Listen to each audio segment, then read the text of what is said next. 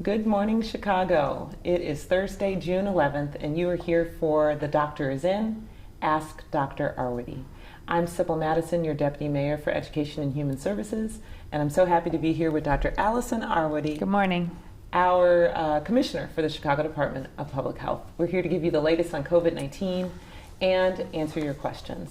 You can put them in the box below. You can also send your questions in using Facebook or Twitter and the hashtag AskDrArwady. We're going to check our physical distance. Looks good. It looks very good. And I'm just going to turn it right over to you for the latest data. All right. Thanks, everybody, for joining. So, as always, I would refer you to chicago.gov/coronavirus to see the latest of what is happening related to COVID here in Chicago. And it has broadly continued to be good news in terms of us really being on that downward trajectory related to cases, to hospitalizations, to deaths, exactly what we want to see. Some of the concern, of course, is that we are now 1 week and 1 day since our reopening, so very early into phase 3. And of course, there are 21 states now that were a little bit ahead of us in terms of moving into that phase of reopening that are now seeing increases in cases. So our hope here is that people will continue to do the things that we know help keep us safe from COVID. Keeping that 6-foot distance, wearing the cloth face coverings, not going out if you are sick, even a little bit sick, doing the good hand hygiene, and really protecting people who are at high risk for serious disease. So nothing's changed there, but our numbers really are looking good. Mm-hmm. We're at a total of 48,725 cases of COVID-19 in Chicago and 2,313 deaths among Chicago residents. We had an increase actually of just 140 cases yesterday, so less than 200. We only had 7 deaths reported. There was a little delay in the reporting of deaths from the medical examiner, and so that will probably kick up a little bit tomorrow. But nevertheless, where we look at our 7-day average for that, our 7-day average number for cases is under 300 cases at this point. It's I think around 240, 270, and our number of new deaths per day is under 20. Now that is still, a lot of cases. I want people to understand that for a city our size, we move from a high incidence rate for COVID, using what's been set sort of nationally and internationally. We move from a high incidence state to a moderate incidence state, like a moderate risk state, only when we get below about 100 new cases a day. And we only move to a low incidence state if we got below about 20 new cases a day. We're very, very far from 20, and honestly, we're still quite far from 100.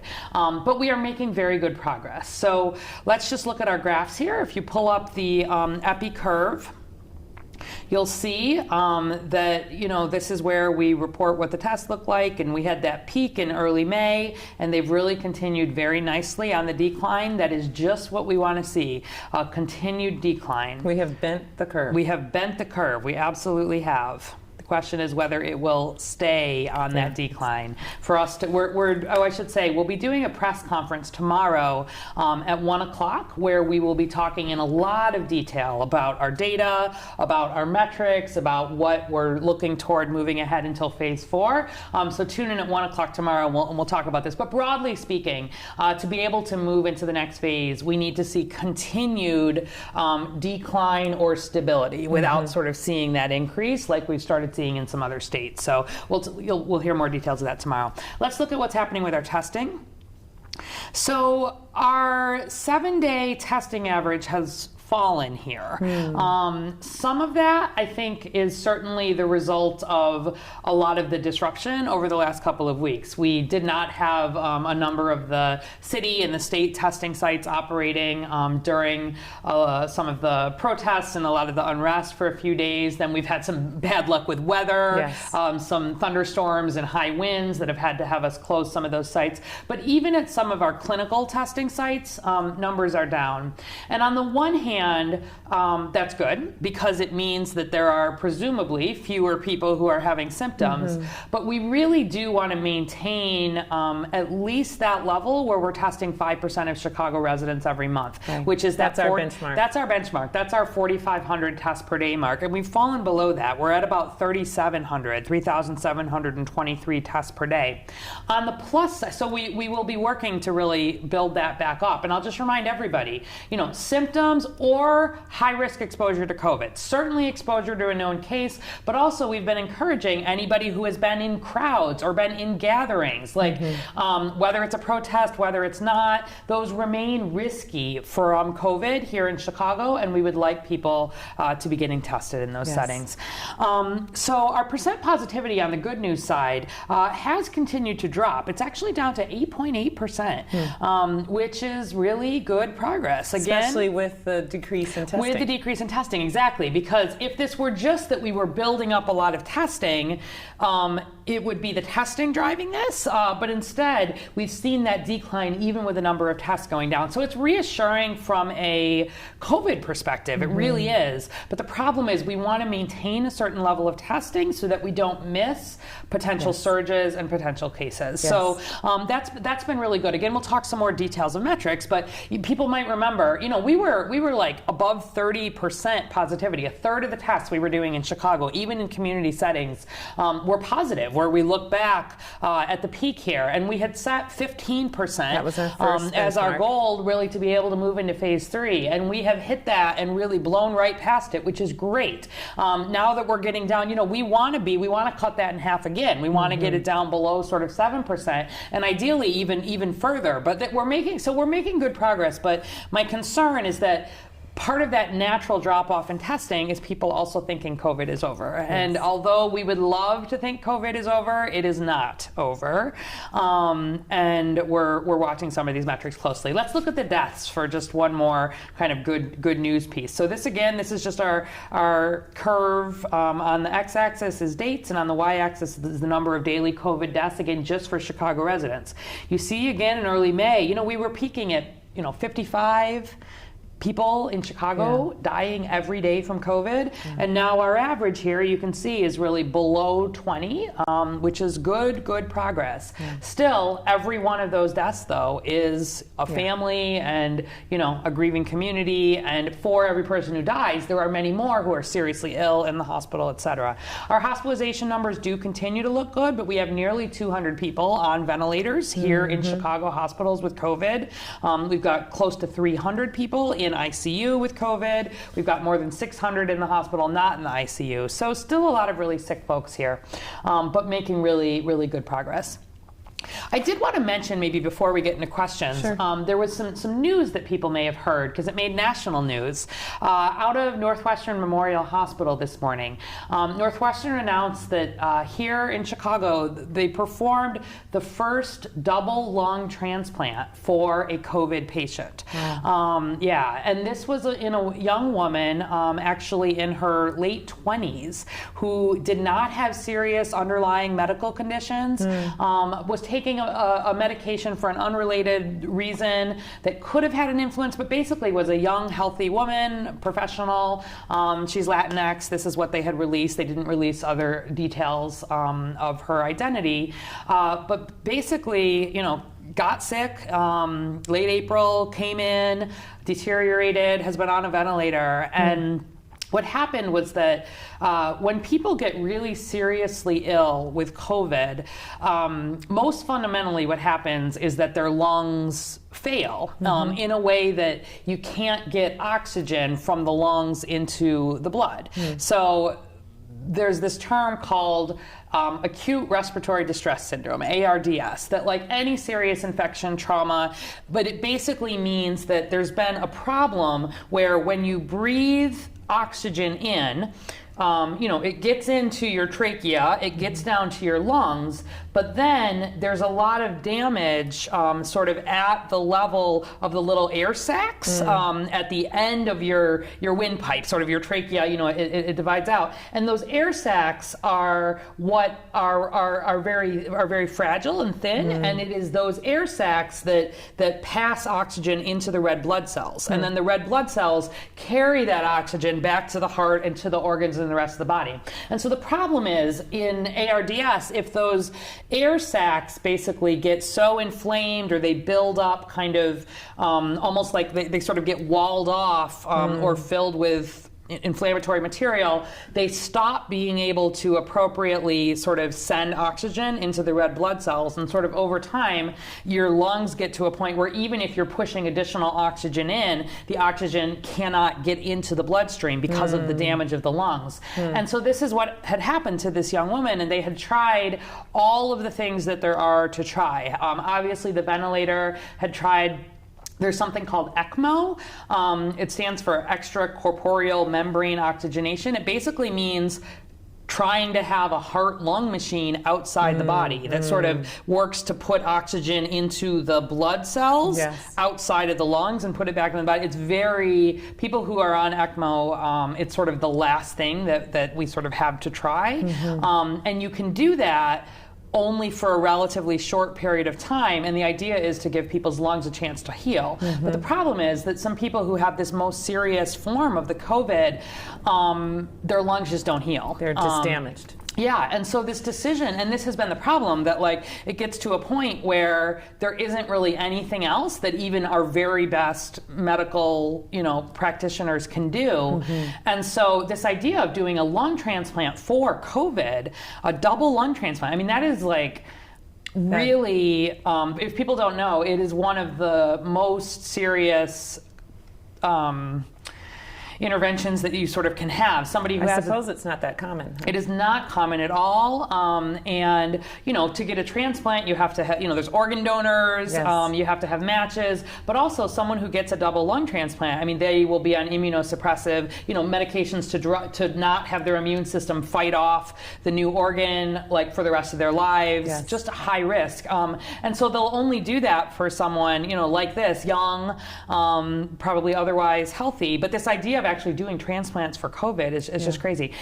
We did actually bring a picture here. This is from Northwestern, but it's been in some of the media, actually showing the pathology of what this young woman's lung looked like, and compared to that is what a healthy lung would look like. So you can see that the healthy lung, it's pink and it's oxygenated, and it has the ability to basically do that really important work of getting the oxygen we breathe in into the bloodstream. It's sort of puffy and aerated, and you can see that in this patient, this is the actual lung that was removed.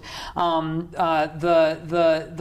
lead surgeon, whose name is Dr. Acute Bharat, he's the chief of thoracic surgery at Northwestern Medicine, really said this is some of the worst damage that he had seen. And that is not damage, people have seen probably pictures of lungs from smoking or, from some of these other things. This is not related to that. This is just from COVID. And really, I think an example of that this does not spare people, that even young, healthy people have the potential to get really seriously ill, but also an example of how far in settings like the US and like Chicago, we're sort of lucky to have kind of amazing, groundbreaking type approaches to treat this, but we can't give lung transplants to everybody with severe COVID. That's just not possible. But anyway, so I just wanted to point it out. Really, some congrats to the folks at Northwestern. Really, thoughts to this young woman and her family on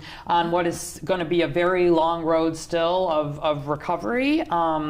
But just raising, I mean, for me, I think maybe for people, just seeing kind of that damage that COVID can do helps see that spectrum. Many people have this very mild illness. Some don't even know they have COVID. But the ones who are seriously ill and who end up needing to be on a ventilator, and why people can die from COVID is that's the kind of damage that can happen to lungs. Yeah. It's really breathtaking. Yeah. And like you said, a young, relatively healthy person. So, yeah. All right. We'll see if we have any more questions about We that. might, yeah. You ready to get into I'm ready, others? yeah. Okay. Katie Marie from Facebook. Do you have any data on, oh my God. Do you have any data on transplant patients who've gotten COVID? Okay, so so that would be the other question. So not this is someone who was not a transplant patient, but who had COVID. But this is now someone who's already had a transplant. Yeah, so I don't have specific for transplant patients. We know that transplant patients would be taking medications, like I was saying for this case, that would cause a suppressed immune system, and so generally we would be considered at higher risk for poor outcomes from COVID. I saw a study for HIV, patients with HIV, that showed generally in this study their HIV was well controlled. So their CD4 count, which is kind of how we measure the immune system broadly, was over 500. It was pretty good. And there was a slight difference in terms of kind of problems related to people who had gotten COVID and who hadn't, but it wasn't like it wasn't an enormous factor in terms of how well people did. So I don't have any specific data for transplant patients. Transplants are still relatively rare, and COVID is still somewhat rare. So I will check and see whether there's a registry for that. Anybody who gets a transplant in the U.S., they are entered into a registry sort of long term to follow outcomes, to see how things go. And so I would be quite certain that by now they would be collecting any potential COVID patients for that. So I'll check on that. And if there's interesting things there, we'll bring it back next time. Okay. Sarah Elders from Facebook. Is COVID-19 a huge concern in the warmer summer months, just like flu season? Okay, so flu season is more of a concern in the colder months, actually, so this is sort of the question about seasonality, and how much of a role is seasonality playing here?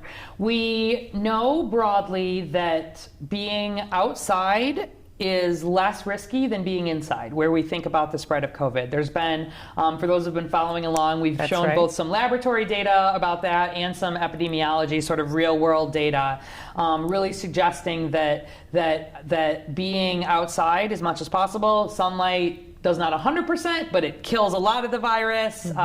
Having better airflow is clearly good. And so if people are inside, we want to think about having good ventilation, having windows open. But broadly in summer and in warm weather, people are outside more than they are in. And that's thought to be more of the difference from the flu season, that it's not so much the flu itself as that people are crowded together more and inside more during the colder season. So is it possible that some of this really nice improvement that we're seeing in our Chicago data here is related to summer? It is possible. And that is where some of the concern, you hear people talking about second waves potentially related to fall or winter. Absolutely, that is of some concern. Now, summer is not what is driving the bulk of this, I am confident. Most of what is driving this is individual behavioral changes and just less opportunities for infection, because we know that there are many places that are very warm year-round that are having major problems with outbreaks. I don't know if people have been following internationally, but the U.S. continues to lead in terms of both cases and deaths. But number 2 and number 3 right now are Brazil and India. And Brazil and India are both places that broadly are warm to hot, at least through much of the country year round, and they are seeing big surges. Now, how that would look, in comparison, there's still some work. We haven't, of course, even been through a calendar year yet, and so we'll need to have seen some of that and how the patterns change through the year. So summer could be giving us a little bit of a boost here, but it's not the major thing probably driving it. Okay. Pam Piotrowski from Facebook. Is there any evidence of long-term damage in patients with mild cases of COVID-19, for example, new asthma-like symptoms? Yeah, really good question. This is a question that we do not know the answer to yet. We think broadly, most viruses, if people have a mild illness and they recover, there are not long-term consequences. And even that's true for most coronaviruses. Again, remember, COVID-19 is just one sort of strain of coronavirus. There are other strains of coronavirus that cause the common cold. cold. Yes. And you don't think about sort of getting the common cold and it, you can be miserable for a few weeks, but you don't think of it as causing sort of long-term trouble. Similarly, for most other viruses, the great majority of people will get the virus and then recover. Once people have more serious illness, meaning they need to be admitted to the hospital, especially if they needed to sort of be on a ventilator, there is more potential, certainly, for long-term consequences. And some of that can be indirect, right? So I was talking a little bit about this respiratory failure. Yes. And it starts from a problem of lungs, but we know that there are also problems, again, related to inflammation. People have problems related to blood clotting. Right. That's why we've seen some more incidents of strokes and of blood clots. Yes. Those, of course, can sort of indirectly cause very long-term potential problems. Yes. And people who are seriously ill, especially if they have to go in the ICU, no matter for what, we know can have some longer-term consequences. That's why it's really important for people who have had serious illness to have good follow-up from a mental health perspective too, frankly. It's when people have life-threatening illnesses, which if you were in the ICU, pretty much by definition, that's been a life-threatening illness. If people have had to be intubated, meaning have a tube down their throat to help them breathe, there's some good evidence that you have to give people medicine to basically put them to sleep during that time period. Yes. And it can be confusing for, as your people are waking up and there's a lot of what is reality and what is not. And there's this sort of, just based on kind of being in the ICU, there's some well-known described sort of psychological things that are absolutely treatable and people typically recover, but in a short-term way that can be there. So we are really interested here in Chicago at doing some sort of survivor follow-up. And it's a conversation across the country, but we're in the middle right now of putting together some kind of protocols and follow-up for reaching out to people who have had COVID to understand what their experience was like, what problems they had or experienced, again, as we're looking ahead and thinking, the hope is we will not have a second wave, but if we do, we want to be as prepared as possible, right? Yes. And really be able to mitigate the risk of people needing to go to the hospital or not being able to get the particular supplies they need or not knowing how to reach a healthcare provider, get testing, things like that. And so we're going to be doing some retrospective asking, meaning going back and really some details about, how did people think they got infected, even if they didn't know. Some more details about who was in households with them, who were their, it's sort of like this. Reverse contact tracing. Reverse contact tracing. And then we would like to do some serologic testing, some antibody testing of some of those surrounding people. So if there was someone with COVID in a household, let's test that household. Let's test other contacts for serology. So we actually have some understanding of what disease spread was like in retrospect, right? And then do some comparison of that in places where we've not. But also, if we think about a survivor study, it's a way to say, are you still, are you feeling totally back to normal? Or if you're not feeling back to normal, like in what ways are you not feeling back to normal? Are there some things that we can start getting at sort of at a population level? And are there still needs that you're having that are not being met? And so, the question on how well and quickly we're going to do this depends a little bit on what our case data is looking like. Because of course, the top priority remains the active cases and making sure those investigations, that contact tracing is happening. But as we're seeing good decline here, it offers, we're building up a lot of capacity there, we're hiring, and it offers some opportunity to also do some of that more retrospective work. And I'm very interested in a better understanding of this. I think by and large, people who were not sick enough to need to go to the hospital, I think are very unlikely to have long-term problems, just realistically. But especially when you see a picture of a lung like that, and you think about how this virus is operating, and maybe how it's operating very differently from the flu or other, Yeah, and I'll tell you, I mean, this is where, to me, some of the most interesting work is happening, trying to understand what drives whether somebody has serious illness or not, right? And so some of that has to do certainly with the underlying conditions. That's the most important piece still. We know people who have underlying diabetes, lung disease, heart disease, hypertension, severe obesity have been shown to have more severe outcomes, more likely to be hospitalized, more likely to be in the ICU, more likely Over to die. 90% of the Over 92% of our cases who have died here have had those underlying conditions. We know age is a risk factor. But even more than that, within that, what else kind of drives people one way or the other? And some of the most interesting recent work, I think there has been some genetic analysis that's done. We've talked about the genetic analysis of COVID itself, right? Yes. And so have there been changes in the genome of COVID-19? What do those mutations look like? That there are very few mutations. Yeah, not a lot of mutations at this point. Exactly. That's good news toward the thinking about a vaccine. That's all looking really good. But some of the more interesting work, I think, there's more than 1,000 researchers in like 50 countries around the world who are uploading the genomes of people who get COVID. Okay? So we're not looking at the virus. We're looking at the human genome. Yeah, and are there differences in the human genome between people who, first of all, first they look to see people who get COVID and don't get COVID. Actually didn't find a whole lot of difference. But there was a recent study, and again, this is very early, looking at people who had severe COVID, all right? So people who needed to be in the hospital, had oxygen, or needed to be on a ventilator, and did some comparison of the genomes. This was out of Italy and Spain, right? Again, a little before us in terms of having a lot of those early patients. They ran the genomes on, around 1,500 patients, if I remember, and compared those genomes. That's a large N. It's a large N, exactly. Compared those genomes to people who were healthy, right? And was there a difference? And they did find statistically on two different chromosomes, which is just part of your genetic, kind of your DNA fingerprint, one on chromosome 3 and one on chromosome 9, that just said, hey, statistically, something seems a little different in the genome here. And it's got a little bit of attention because on one of the chromosomes, it's in the area that codes for blood type. And so this was where people might have seen, because it got some attention, that people with blood type A seem to have a higher risk for severe COVID infection. Now, it's not necessarily that it's the blood type that has anything to do with that, because that section that codes for the blood type also codes for a lot of the other proteins, including some of the immune modulating, like the things that sort of change the immune response.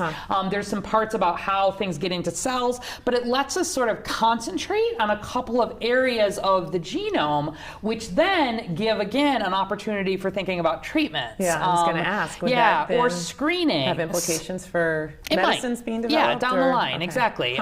Or the potential for, might you do a genetic, as we're getting faster and faster to do a genetic analysis, might you start thinking about understanding risk? Understanding risk, exactly. Developing some piece of this. So it's very early still, but again, 50 countries, more than 1,000 researchers sharing data focused on this, looking at what's happening with the genome of kind of the RNA fingerprint, the instructions for building more COVID, but also sort of our own DNA, the instructions for sort of building us, and understanding maybe some more about what puts people at risk. I think it's some of the most interesting sort of scientific area. Yeah. So this is a little science Saturday on Thursday. Little science Saturday on Thursday. Absolutely. Well, listen, people are loving it, because I have here from Laura Catherine, Facebook, you were speaking of genetic components. Yes. I've also read that blood type may have an effect on the severity of COVID. What are your thoughts? Yeah. And I think you just shared them, but you might want to repeat. Yeah, sure. And before you do that, Marcia Burgess, I'll just get this in here, says, seems that it's attracting the blood. Why are you guys not looking more at blood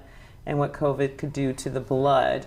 Okay. I think that's a little different from blood type. Okay, yeah. So, but maybe I'll take that one real quick. Yes.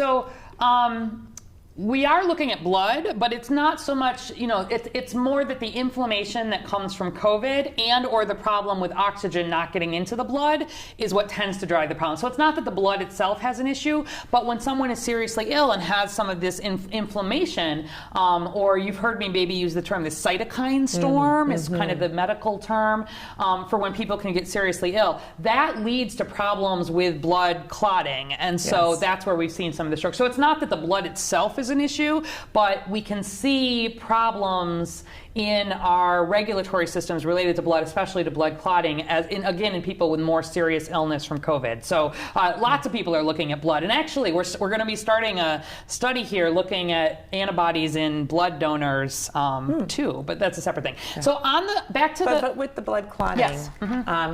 Is it the case that that's not necessarily specific to COVID, but a lot of people in the ICU have those issues? That's right. People who get admitted to the hospital, no matter what they're getting admitted for, actually, we tend to give them, unless they have some reason why they can't get it, we give them a low-dose anti-clotting agent sort of at baseline, because when people are seriously ill, they're usually in the hospital, they're not moving around very much, there's a lot of inflammation that might be going on. So we just at baseline, people who are sick enough to get into the hospital, or definitely the ICU, are at increased risk for clotting. But we're seeing even more of that, at least in some settings with COVID than with others. So it's one of the many systems that can start to have problems. So now back to Laura Catherine. And she wants to know what your thoughts are about the effect that blood type might have on the severity. Yeah. Okay. So. So in the epidemiology, first of all, in China, they did see more people with severe cases who had that A blood type, and less who had type O. So we like things that show up both in the lab and in kind of human epidemiologic experience, because it says maybe there is a little something to that, right? Like in the same way where we talked about the sunshine, I was like, here's what it looked like in the lab, here's what it looked like kind of in real life. We like to sort of see evidence from a few places, but I think it's early. So there may very well be something to this genetic underlying piece. Now that section, though, it's called the loci, the section of the gene that codes for the protein. It codes for proteins that put molecules onto the surface of blood cells, okay? So your blood type is as much about sort of the molecules on the blood cells. And so is it like the actual type A, or is it that those same proteins are encoding for other things that are going onto blood cells, or other things that have to do with what lets the virus in and out of cells? So I think it's early to say for sure that it's like the blood type. I don't think it's the blood type itself necessarily. It's more about, is there something about the way different proteins are expressed that could have something to do with it? Now, there's a lot of associations. Like, and I know people who've been following this closely, like me, probably read a lot about this. There was someone is suggesting that, baldness can be a sign potentially for severe outcome, because there's some thought that people who have the higher testosterone and the lower estrogen, like, again, these are all sort of associations at this point. There needs to be, and there is ongoing much more work to look at what is sort of clinically indicated. And what's been interesting here is I think the part that's going to be more true here is about the difference between a mild case of COVID and a serious case of COVID, more than it's going to be, did I get COVID or did I not get COVID? At least that's my sort of take on it, just having been watching that. That's where we've been able to see some progress in terms of meds, like, et cetera. My take is that it certainly shows some promise. This is not a, if I have type A, oh my goodness, I'm going to get terrible COVID. This is not a, if I have type O, I don't have to worry about COVID. Not at all. It's an association. It's something we're still looking at. But I think it's an area for real promise, where you can see something that shows difference between people who have serious illness and people who don't on either of those chromosomes, 3 or 9. It's a place to do more study, and there is more study going, and it's a place for the potential development for either screening tools or treatments. For prevention. Yeah. Got it. I know you geeked out a little bit there. That's fun. Thank you, Laura Catherine, for helping us dig a little deeper into that. Faye State from Facebook. I have read sometimes incubation periods are over 14 days, 15 days, 19, etc. What is the incubation period? Yeah, so it's not really that the incubation period is longer than 14 days. I think there's been some recent stories and whatnot that have been getting at the point that there are people who, a few people, not most people, but some people, have continued to have some persistently positive COVID tests, and or they had a negative COVID test, sort of quote, early on in disease, and then they have a positive COVID test later. Many days later. Yeah, and so there's been a lot of work to understand what's going on here. And the bottom line is actually that, at least based on what we know now, these people who are testing positive much later, remember how these tests work. These tests are looking for sort of the presence of the RNA. That is actually what they are looking for. having the RNA is not the same thing as being infectious, aka contagious, able to spread. Because the virus could be dead, but the RNA could still be detectable. Exactly. Virus could be dead, virus could be at very low levels. And so really, I've not seen evidence, at least nothing significant. So, I mean, if you read something, if you want to post a link to it, I'm happy to kind of take a look and see what that's about. But suggesting that the incubation period is longer than 14 days, I think if anything, and just as a reminder, if people aren't always used to this term, incubation period is the time from when I was exposed to COVID to the time that the COVID actually takes hold in my body, and I get sick, I'm able to detect it, etc. Where people perceive a longer period, it's more likely that what they thought exposed them to COVID was not actually what exposed them to COVID, and that potentially something later was what did. And this is actually what this gets into where we think locally, what is this going to look like moving forward? Yes. So people have had, and I too, everybody has had concerns about all of the many opportunities for infection that we've seen in that weekend, especially where a lot of the large protests started, but also not just the protests. Like we talked about this. People started coming out. People started coming out. People started saying COVID is over.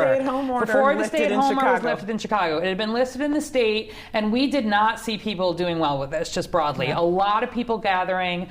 And then I think on top of that, where we were having a lot of the protests, but not just the protests, a lot of this real sort of violent unrest, people coming together out of security and concerns, we just had a lot of opportunity for COVID to spread. And so if we think about the incubation period of that incubation period would be 14 days. I have no reason to think that that is any longer than 14 days, that someone who, was in a major gathering or not sticking to their normal procedures, my concern for them would be 14 days. However, let's just think about the protests for a minute. Those tend to be, I would hope, younger, healthier people. I would hope people who are at higher risk for COVID broadly are being even more cautious in terms of those gatherings. We don't recommend, from a public health COVID perspective, the recommendation still is to avoid gatherings, but especially people in those higher risk categories, it's concerning. The worry is that, say someone who is young and healthy gets COVID and doesn't know it, or has very mild symptoms, they spread it during that first incubation period, and it's actually only, they go home and they bring it to their parents and grandparents and the people who are risky. It's actually the next incubation period when you potentially see that emerging. So a month after. Potentially, up to a month, right? Yeah. And so this idea of sort of incubation period on incubation period on incubation period is part of what, I like this question because it's getting at, it's not just you follow for 14 days and you're done. Right. It's that one person, that has not changed. When they get infected to the time they get symptoms is 14 days. Yeah. But that person, if they have been infected, has the potential to spread it in ways that can be silent, right? Yeah. And then people, say they were at a protest and they say, I got sick 18 days after the protest. Well, you did not get sick actually from the protest itself, but if you were continued to be in contact with people who were in a gathering, that's what can happen. So, and this is why you've advised, if you were in a large gathering, to self-quarantine. As much as possible. That's what we really, if people, and trust me, on the level of really the cause, right, and the reason for doing this is very much in line with what public health would like to see. But the problem is COVID does not care how good the reason is for gathering. COVID just looks for opportunities to spread. And where there have been opportunities for spread, we have really asked people, we just have more COVID. We have the most cases of COVID in Cook County by 20,000 than any other county. And some of that is because we have a big county, but nevertheless, a lot of COVID here. We've asked people to try to self-quarantine as much as possible for 14 days and at least to limit the exposure to people who are higher risk, to make sure you're keeping that 6-foot distance as much as possible, wear the face coverings, because even if you yourself don't develop the symptoms, you have the potential to spread it. We don't even see that till the next incubation period. Yeah. I'm going to squeeze one more question in here. Aaron Drehobel from Facebook. I am a psychotherapist in Chicago. With the current level of COVID in our city and the fact that therapy happens in close quarters, inside, with poor ventilation for 50 to 60 minutes and lots of talking, how long should we wait to switch from video to in-person sessions? Yeah, so, it's interesting. We've been having this conversation at Chicago Department of Public Health because we also You're doing have telehealth right now? Right, yourself? we have mental health clinics. We continue to see a few patients in person, particularly if they need injections, for example, which of course there are some psychiatric medications that you give via injection. You can't give those over the phone. Or if there might be a patient who really, there are patients who have more serious mental illness who it just does not work potentially to do that teletherapy for. But we have otherwise broadly moved to a telehealth platform. A lot of our providers actually have been providing mental health services here in Chicago for 30, 40 plus years themselves. So a lot of them are older and in that risk category. And so we are remaining broadly in that telemedicine platform still. And actually we've seen our no-show rate go down because it's easier for people, frankly, to not have to figure out the transportation and the child care and the work and all of this, even though there's something different to it. And we've seen our number of patients and sort of, that's actually been going reasonably well. So, I would say your patients and their needs best. Definitely keeping a distance in that room much more than you normally would. Thinking about where you can have ventilation. If there is the possibility to have a window open, that's great. Like I want people to have windows open, particularly in the summer. Keeping the masks on, keeping those on, is what you can do to make it as safe as possible for patients for whom the telemedicine is not possible. My understanding is that some of the insurance companies are starting to look a little bit more tightly at some of the telemedicine, and so I recognize that there may be reasons there as well to move some of this more back to in-person. So I think it's sort of like everything. If you're thinking about being thoughtful there, you're thinking about what is the risk to yourself as a provider and to your patients. If the patients themselves are older and have the underlying conditions, those would be the ones I would be the slowest to move back to an in-person type setting. And then just recognizing risk-benefit. Like, are these patients who there is reason why they need to have the in-person? How are they doing in terms of the telemedicine platform? And just to sort of slowly move ahead with that. Thank you for the work you're doing. I know you're busy right now in Chicago because everybody providing mental health services is busy right now in Chicago and is going to be busy. And I want to encourage people who are having trouble dealing with any aspect of COVID-19, please, please, please be reaching out if you feel like you need even a little bit of support. There are numbers on our website and ways to get connected to that care. Want to really think of this as an opportunity to grow awareness of and drop the stigma around mental health. It's going to be an individual decision for providers and clinics, and it will get safer to do that as our numbers continue to drop. Okay. All right, we have just enough time for some good news. All right. I did want to mention that the Chicago Park District is opening their registration for summer camps today. Those camps start July 6th, and they will look a little different this summer, and there will be fewer campers, but the registration does open today. Yeah, and they've done a lot of thinking about social distancing and cohorting, keeping smaller groups of kids and the adults who help with the programming together. And so, yesterday, the mayor announced the Chicago Resiliency Fund, if people saw this. The city will be working to give small, mini $1,000 grants to people who were left out of the federal government stimulus check program. So that would include, for example, people who are undocumented or are in these mixed status families, dependent adults, people potentially experiencing homelessness or formerly incarcerated, or maybe college students. There's different groups that, for whatever reason, were not able to be part of the federal government stimulus check program. And so there's some income requirements, just as there were for the federal government's program, but the people will be able to apply online for that program program starting June 22. So just we'll remind people about it, but letting you know it's something that we've really been working hard to try to think about filling in some of those gaps for people who have not been able to benefit from some of the really needed programs at the federal level. So that was some good news.